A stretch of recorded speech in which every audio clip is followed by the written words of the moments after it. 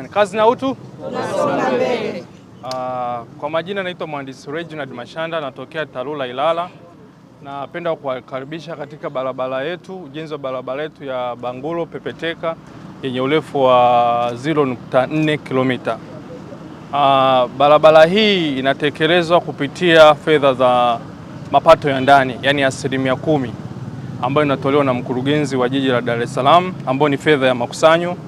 Na mradi huu ni sehemu ya mkataba wa barabara nyingine kama Mwanagati Kitunda, Moshiba na barabara ya Nguvu Kazi Yongwe. Jumla ya mkataba huu una thamani ya bilioni 2.6, lakini kwenye kipande cha barabara hii Bangulo Pepeteka ina thamani ya jumla ya shilingi milioni 600. Na mkataba, utekelezaji wa mkataba mzima ulianza tarehe 17 mwezi wa 7 mwaka 2025 na unategemea kukamilika mwaka huu tarehe 15 mwezi wa 7 mwaka 2026. Kazi zetu kama sisi ni wasimamizi wa mradi kama Talula, na mwajiri mkuu ni mkurugenzi wa halmashauri ya jiji la Dar es Salaam, na mtekelezaji wa mkataba ni kampuni inaitwa Sek Construction Company Limited, na hii ni mojawapo ya utekelezaji ambao unakoendelea. Na hatua ya kazi ambayo tulifanya, tuliondoa tabaka la udongo ambalo walikuwa halifai, tukafanya kazi ya vifusi kama earthworks kiutaalamu, tukaweka na saruji, tukaweka kokoto nyeusi kama sialaala, na baada ya hapo tukaweka lami, na tumemalizia alama za usalama barabarani ikiwemo matuta na zebra. Kazi inayoendelea kufanyika kuanzia wiki ijayo, tutaanza kazi ya mifereji, na baada ya hapo tutaweka taa za kuongozea magari na watumiaji wa barabara, watembea kwa miguu.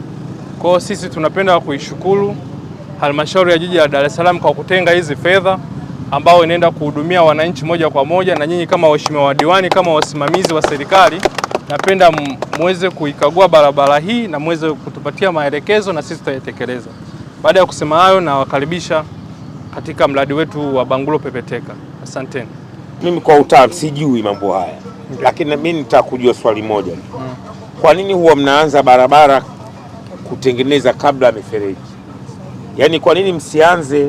Kwa sababu sasa hii kipindi cha mvua chaingia. Ndio. Hamuoni kwamba barabara hizi zitaanza kuharibika, na hamuoni kwamba kutakuwa na shida? Kwa nini msingeanza na mifereji? Ni swali zuri mheshimiwa.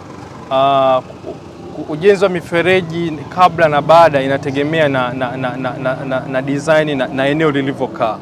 Kwa design yetu inaruhusu kujenga kwanza mpaka lami na uweze kujenga mifereji. Ndio maana ukiangalia sehemu tu ambako kuna maji kidogo imetuama ni kwenye age kidogo, na sisi haina impact yoyote katika kuharibu miundombinu ambayo tumeshaiweka. Na kwa kuwa ni mara moja, kazi itaanza wiki ijayo ya kujenga mifereji, barabara yetu itakuwa salama. Kesho unajenga barabara ya lami una mifereji, au mnasemaje wajumbe zangu? Yaani haiwezekani ujenge uwe na budget ya barabara ya lami bila kuwekea mifereji. Ni uharibifu wa pesa. Sasa baada ya miezi 6 barabara ile inaharibika na bitafute pesa nyingine. Sasa nyinyi wataalamu wetu mtusaidie sana katika hilo. Au sio? Yaani mtusaidie kwamba inapojengwa barabara ya lami kuwepo na budget ya mifereji. Naomba kufafanua kidogo. Naam. Sisi tunavyo design barabara lazima tuweke component ya mifereji. Barabara za Kariakoo ni tofauti na barabara za mfano kama hii hapa Bangulo. Hii ukidesign lazima uwekee na mifereji moja kwa moja. Lakini Kariakoo ni special case kwa sababu kuna ufinyu wa corridor. Umenielewa? Ukiweka mfereji huku na huku unashaibana barabara yenyewe. Kwa sisi tunachokuwa tunakifanya, tunaangalia consideration na kuangalia na namna ya mifumo ya maji ya mvua, labda ile ya zamani. Tunachepusha yale maji vipi kuyaunganisha. Kwa instead badala ya kuiwekea mifereji, tunaijenga barabara kwa ujumla kwa kuilaza, ili maji yakidondokea upande moja yavutwe yaweze kuchepeshwa kupelekwa kwenye ile mfereji wenye maji mengi. Kwa ndo scenario ya Kariakoo ni tofauti na scenario ya maeneo kama haya. Ndio maana nikasema ili eneo hili tunaanza kazi ya mifereji mara moja. Kwa design yetu inajikita katika kujenga barabara na kuweka mifereji. Awali ya yote naomba niwashukuru sana kwa kuja Gongo la Mboto. Mimi nimefarijika sana. Na mnavyoona hapa nimeshapokea simu nyingi juu ya ugeni huu. Kwangu mimi ni faraja. Lakini kitu cha pili, naomba nimshukuru sana mkurugenzi wa jiji la Dar es Salaam kwa kutuletea hii barabara, lakini niwashukuru TARURA kwa kuona umuhimu wa barabara hii. Mheshimiwa Mwenyekiti, barabara hii ni 0.4 kilometers. 0.4 kilometers inaunganisha Ulongoni B kwa Bepeteka mpaka Bangulo. Bangulo ni mji mpya unaokuwa kwa kasi sana.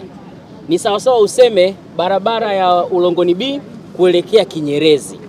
Kwa hiyo barabara hii kwetu sisi Wanagongo la Mboto ni faraja kubwa sana, kwa sababu inakwenda kufungua uchumi wa Gongo la Mboto pamoja na Bangulo pale Pugu Station kwa kaka yangu Shaibu. Hapo mbele kuna na soko kubwa sana. Kuwepo barabara hii maanake unaongeza ufanisi wa soko, unaongeza mapato ajira Dar es Salaam, lakini vijana wetu wanaendelea kupata ajira chini ya ujasiriamali. Sasa waheshimiwa wanakamati, Mheshimiwa Mwenyekiti, mimi naendelea tena kutoa shukrani zangu za dhati. Kwanza kwa kuja, lakini pili kwa kupaona Gongo la Mboto. Lakini changamoto kubwa mnaenda kutendea kwenye ujumuisho, ndio mnapokuja barabara mpita ni DMDP. Haina miaka miwili lakini imeshaanza kuharibika. Ninawaomba tukifika kwenye majumuisho, kati ya vitu vikubwa tutakavyoenda kuviongelea ni udhibiti wa hizi barabara. Mheshimiwa Rais ameweka hela nyingi sana. Hapa tu kipande hiki ni milioni 600 in total, 600. Sasa hii barabara tusipoidhibiti tukapitisha magari hata na 40, haitakaa miezi 6. Kwa hiyo wanakamati, Mheshimiwa Mwenyekiti, kwa ridhaa yako ninaomba tukienda kwenye majumuisho, kati ya ajenda ambazo tunaziweka mezani, hiyo ni mojawapo. Na nitaomba sana to come up with very good measures. Nashukuru. Huu ni mradi wa ujenzi wa kituo cha afya Mchikichini. Nafikiri sasa ni vema mkuu wa idara ya ujenzi aweze kutolea maelezo. Sawa sawa. Mheshimiwa Mwenyekiti, mradi wa ujenzi wa kituo cha afya cha Mchikichini upo mtaa Karume, kata ya Mchikichini katika jimbo la Ilala, na ulianza mwaka 2022 kwa kutumia fedha za tozo shilingi milioni 500 kutoka serikali kuu na fedha za mapato ya ndani zilizokadiriwa kiasi cha shilingi bilioni 4,420,361. Ujenzi wa jengo hili ni wa ghorofa 5 ambapo sakafu ya chini basement ambayo itatumika kama maegesho ya magari.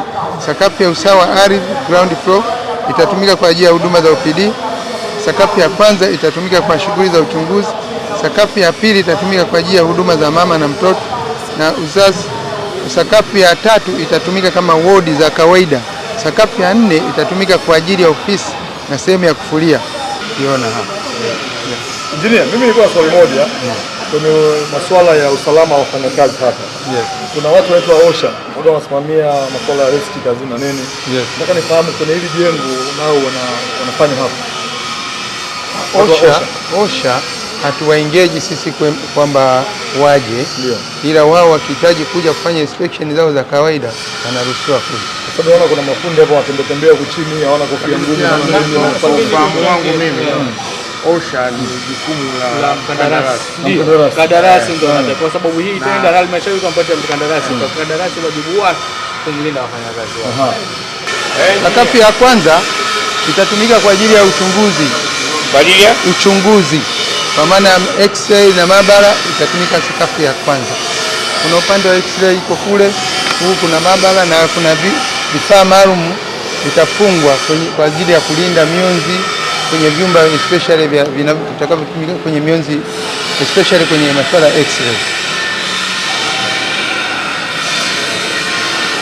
Sakafu itakayofuata ya juu, sisi kama hapa tunataka kuangalia nataka kuangalia hapa.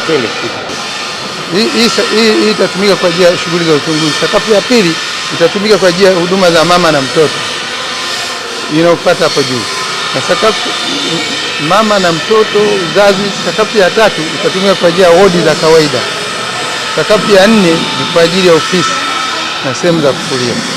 Wodi inatarajiwa kuanza kutoka au bado hamjakubaliana? Wakati kamilisha hapa tutaangalia, sina takwimu capacity yake, tutaona baadaye tutafanya. Tutakamilisha.